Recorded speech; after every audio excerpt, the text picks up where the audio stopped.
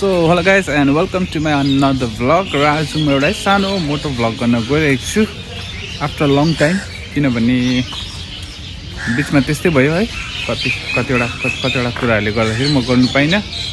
र पनि आज म एउटा तपाईहरुको अगाडि एउटा मोटो भ्लग प्रेजेन्ट गर्न गइरहेको छु। र पनि आज धेरै दिन बाद गर्दाखेरि अलिकति कन्फिडेन्ट लेभल हराएको जस्तो भयो, कुनै भयो र यसरी क्यामेराहरु माउन्ट गर्दाखेरि पनि कुनै के नमिलेको जस्तो भयो। र पनि मैले मैले म्यानेज गरेँ। र म तपाईहरुलाई आज आफ्टर 6 सर्भिसिङ यसको मेरो एन्टर्क रेस एक्सपी को रिभ्यू पनि दिन गइरहेको छु। र भिडियो तपाईहरुले एन्डसम्म हेर्दिनुस्। त्यसको अगाडि म तपाईहरुलाई अलिकति स्कुटी देखाउँछु। यहाँ हेर्न सक्नुहुन्छ, यो चाहिँ स्कुटी चाहिँ। र तपाईहरुलाई भिडियो मन पर्यो भने लाइक गर्न सक्नुहुन्छ। Thank you. ल तब भिडियोमा अगाडि बढौँ। त्यसको अगाडि म स्टार्ट गर्छु। अलिकति स्टार्ट त गर्नै पर्यो, रातभरि चिसोमा बसेको स्कुटी। ल मेरो स्कुटी स्टार्ट भइसक्यो। र गाइस तपाईहरुलाई मैले अघिबाटै भनिहालेँ, आज है after long time I am doing motovlog। अलिकति कन्फिडेन्ट लेभल हराएको जस्तो भइरहेको छ। र यो विन्टरको टाइममा है वेदर पनि चिसो छ, हावा आइरहेको छ, तर मैले मोटो लुगा लगाइरहेको छु, केही प्रब्लम हुँदैन। र अहिले चाहिँ म यसरी कवाघरीबाट गइरहेको छु। अम्पो झन्डै गयो कुकुर। आज यस्तो स्लो नै कुद्दैछ मेरो है, बेसी छैन स्पिड, झन्डै गयो। र पनि कुकुर चाहिँ आज यसरी नेताजी मोड हुँदै म जान्दैछु। मजा आयो आज आफ्टर लङ टाइम यसरी मोटो भ्लग गर्दा। यहाँ सिलगढीमा चाहिँ यति डरलाग्दो त भन्दिनँ, जाडै छ। सबैले भन्दै थियो योपालि हिल्समा चाहिँ गरम भयो अरे, सिलगढीमा चाहिँ जाडो भयो अरे।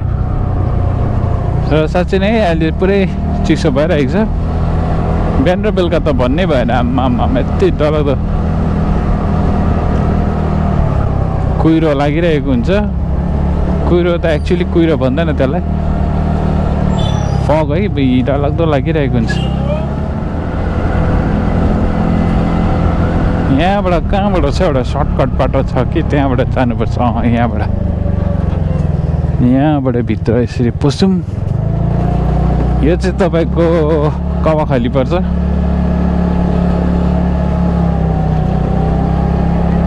यसरी कवाखालीको गल्लीबाट जाँदैछु म चाहिँ भित्र हो।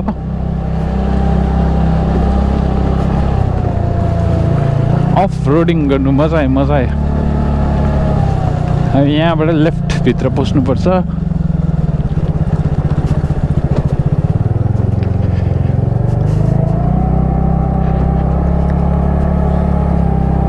दामी जग्गा छ यहाँ, आम्मा चारैतिर खाली हो। तर बर्खामा चाहिँ फेरि डरलाग्दो हुन्छ नि यहाँ, फेरि आम्मा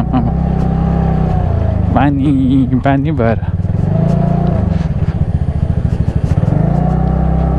गइदिउँ सिधै। यहाँ के छ, यहाँ त घर बनाउनु आँट्यो क्या हो मान्छेहरूले।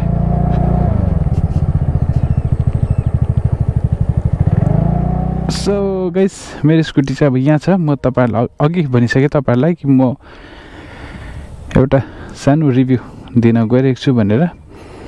र पहिला तपाईहरु स्कुटी हेर्नुहोस्, यसको यहाँदेखि देखाउँछु तपाईहरुलाई म। यहाँ यस्तो डरलाग्दो मैला भएको थियो यस्तै बिफोर 6 सर्भिसिङ। यहाँ हेर्नु सफा गरिदिएको, यहाँ हेर्नु सक्नुहुन्छ तपाईहरुले, यहाँ पनि हेर्नु सक्नुहुन्छ। यहाँ अगाडि हेर्नुहोस् कस्तो क्लियर सफा गरिदिएको छ है, दामी बनाइदिएको छ। सोरुमबाट निकालेको जस्तो बनाइदिइरहेको छ, हेर्नु सक्नुहुन्छ तपाईहरुले है स्कुटीलाई। र एक्सपिरियन्स भन्नुपर्दाखेरि 5000 किलोमिटरमा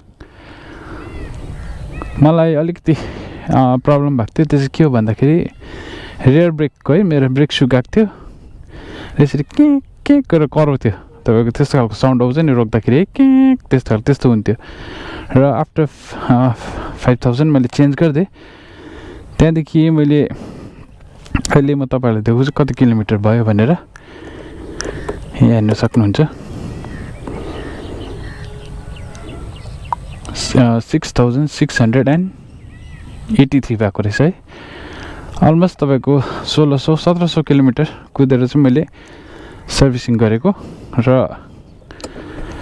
त्यति किलोमिटरभित्रमा मलाई के प्रब्लमहरू भएन है यसको केही पनि थिएन अलिअलि भाइब्रेसन थियो यहाँ हुन्थ्यो भाइब्रेसन चाहिँ तपाईँको यहाँ अलिअलि भाइब्रेसन हुन्थ्यो यहाँतिर है त्यो पनि सल्भ भइसक्यो र दामी गरिदिएको छ है सर्भिसिङ पनि अरू चाहिँ केही प्रब्लम छैन टिल नाउ तपाईँको ब्रेकहरू पनि राम्रै छ टायर कन्डिसन हेर्नुहोस् तपाईँहरूले टायर कन्डिसन पनि राम्रै छ अलिअलि स्क्रैचहरू भएको छ यहाँ हेर्न सक्नुहुन्छ है यहाँतिर अलिअलि त्यो पार्किङतिर लागेको र ओभरअल हेऱ्यो भने दामी छ अहिलेको है पर्फर्मेन्स टिल नाउ र माइलेज तपाईँको 43-45हरू दिँदैछ र यति थियो आजको है तपाईँको आफ्टर 6 सर्भिसिङ रिभ्यू र अरू त केही प्रब्लम छैन र म तपाईँलाई त्यही सजेस्ट गर्छु तपाईँहरू किन्नुहुन्छ भने